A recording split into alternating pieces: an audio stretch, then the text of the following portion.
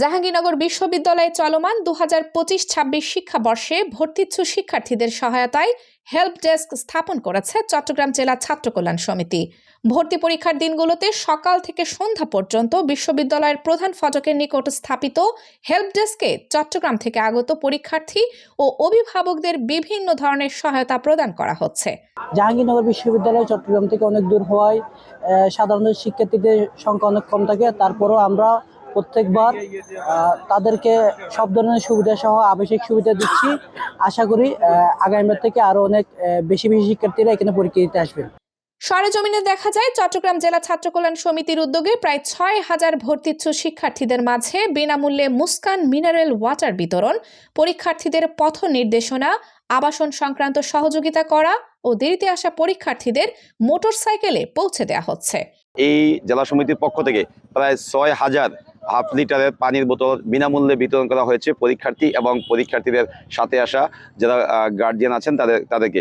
তো এটি আসলে অনেক বড় একটি কর্মযোগ্য। আমরা দেখেছিলাম গত বছরে কিন্তু তারা এই সেবাটি দিয়েছিল। চট্টগ্রাম জেলা ছাত্র কল্যাণ সমিতির তাদের এবং মুস্কানের যেই সবার মাঝে 6,000-এর মতো পানির বোতল দেওয়ার যেই একটা বড় এফোর্ট, এই এফোর্টটা অবশ্যই বাকি সবার জন্য এখানে একটা বড় সিগনিফিকেন্স রাখবে।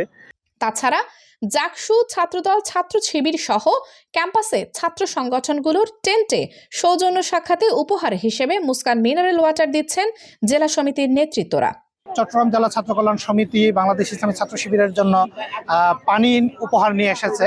এর জন্য চট্টগ্রাম জেলা সমিতিকে অনেক ধন্যবাদ জানাচ্ছি এবং বাংলাদেশ ইসলামী ছাত্র শিবিরের পক্ষ থেকেও প্রত্যেকটা টেন্টে যাওয়া হবে, তাদের সাথে কথা হবে, মত বিনিময় হবে ইনশাআল্লাহ। ভর্তি পরীক্ষা থেকে আসলে খাবারের স্টলগুলো কিছুটা কমে গিয়েছে, তো সেখানে পানি আসলে খুবই প্রয়োজনীয় একটা বিষয়।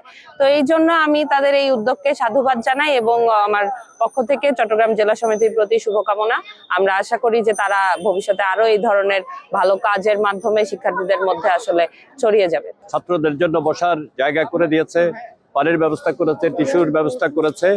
এটা আসলে অত্যন্ত প্রয়োজন। আমরা যারা দূর দূরান্ত থেকে আসি তাদের কিছু অসুবিধা হয়, বসার অসুবিধা হয়।